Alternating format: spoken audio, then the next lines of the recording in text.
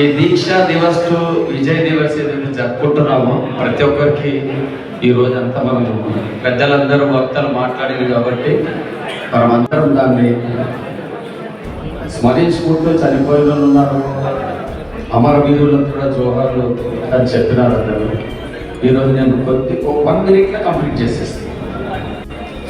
కేసీఆర్ గారు అనే కథను ఒక శక్తి, వ్యక్తి, ఒక పుస్తకము, ఒక వృక్షము కాబట్టి ఆయన అంచనా వేయడము మన రాష్ట్రంలో కానీ దేశంలో కానీ ఎవరికి సరిపోదు.